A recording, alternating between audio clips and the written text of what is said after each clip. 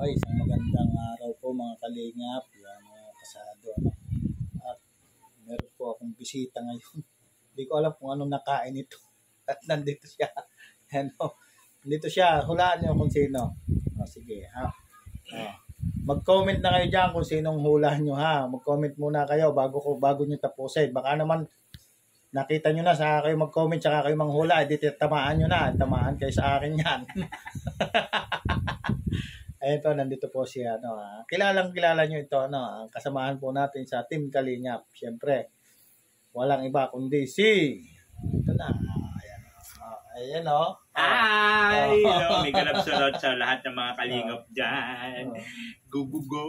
Napadpad dito si Bebang. Naligaw ako, may nahanap lang kasi ako. Nagkataon man, dito pala siya nakatira. Pumunta na ako. Ganun ang kwento. Actually, mahabang kwento. Yung naligaw ako, maraming kwento. Maraming kwento. Last ay, kung matatandaan ko kasi last na nakapunta ko dito, magkakasama pa kami nila Kuya Bal. Marami kami noon, kaya lang gabi na, kaya ligaw-ligaw na. Ngayon ako na lang solo. Pero may mission kasi kami. Manghanap ako ng boylet na taga Laguna. Taga Laguna. Siyempre, pag sinabing boylet, may itlog. Ngayon, may itlog na ako dito. Magmumukbang kami sabi ng ko, itlog muna yung bibigay ko sa kanya. Wala pang boylet. Itlog. Egg lang muna. Ayun o, dami o. Balot ng balot. Santa Maria, Laguna. Alam niyo kung saan galing to? Tinda to ni Balot Queen. Nagtitinda na pala yung balot. Ang galing. Dinaanan namin. Akalain mo yun, nagtitinda pala ng balot. Talagang balot pero, na talaga. Abangan nyo yung vlog ko kay Balot Queen, yung pagbili nito. Ha? Abangan nyo ha. Na nagtitinda na uli si Balot Queen. Abangan nyo ha? So matagal na pa naman po kami hindi nagkita, ngayon lang ulit. So taon siguro, Isang taon. Wala. Isang taon ba mahigit? Nung nandun ako kay Nagab noon, isang taon na. Ayaw nga pala. Isang taon na nga. Isang taon na. Bago tayo naghiwalay. Oo. Bago siya umuwi ng Negros. Ako muna umuwi Bago si Gab, bago sa ikaw. Nahuli kami ni Joey. Oo. Nahuli kami ni Joey, nag-greet yun, naghiwalay na.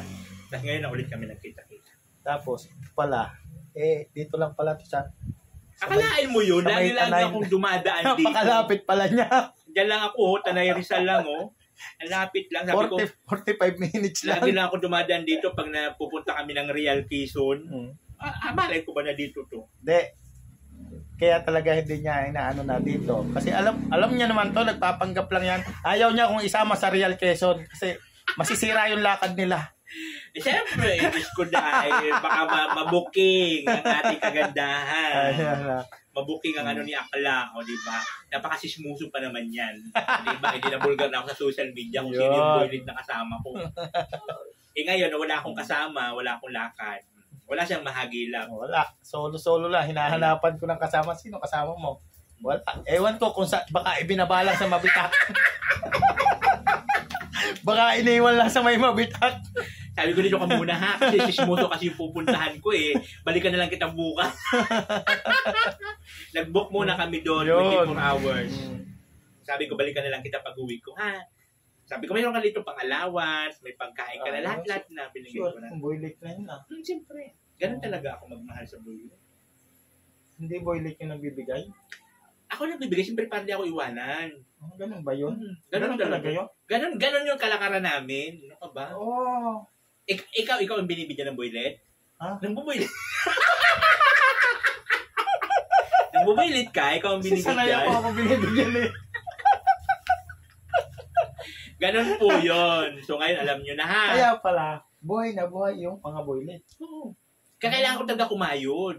May pinaparal ako ng boylet. Ang mamahal pa naman ng mga tuition. May piloto ako ng boylet. May seaman. Kaya kailangan ko talaga kumayod. Kaya nga, pumunta ako dito, nangihan ko ng tulong. May seaman. Magaling sumisid. Magaling sumisid. Tapos may pilot. Magaling umibabaw. Siyempre. Ganun ako. Kompleto.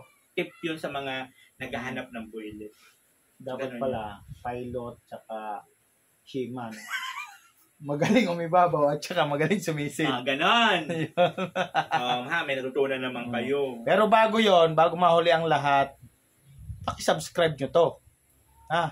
Ang hindi mag-subscribe sa inyo, syempre, hindi kayo makakapanood ng mga vlog niya, hindi mano-notify sa inyo, kaya subscribe nyo, And then of course, nyo. meron din tayong Facebook page nitang Cute Vlog, walang iba. Ako lang po yung cute doon na vlogger sa balat ng social media. Kahit i-share nyo pa lahat, walang cute, ako lang. Nathan Cute Vlog, YouTube channel, at Facebook page. Paki-subscribe po, paki-follow ng kanyang Facebook page. At kung gusto nyo, katatawanan, panoorin nyo ang mga video upload, mga ginagawa nito. Kahit sa Reels ko, Diyos ko dahil makita nyo yung Reels ko doon, andun yung mga boylet ko. Ayan, subaybayan nyo paki-follow nyo para mga subaybayan nyo. Paki-follow nyo. Malay nyo, magustuhan nyo yung kanyang ginagawa. I-like nyo na rin, tsaka i-share nyo. Parang plaman din ng iba. I-follow nyo kasi suswertehin daw ngayon 2024 ang lahat ng pumalo sa akin ayon sa punsoy. Totoo yan. Kaya yung nag-follow sa akin, sinuswerte na. Di ba? Ano pa inaantay mo? Follow na. Okay. Follow na kayo. Maraming salamat sa lahat ng nag-follow. Nawa kayo ay swertehin ngayong taon. Ang biyayang dumarating sa inyo ay inyong pahalagahan. Huwag sayangin. Yes. Huwag sayangin. Maraming salamat sa inyo. God bless. Babu. Bye-bye.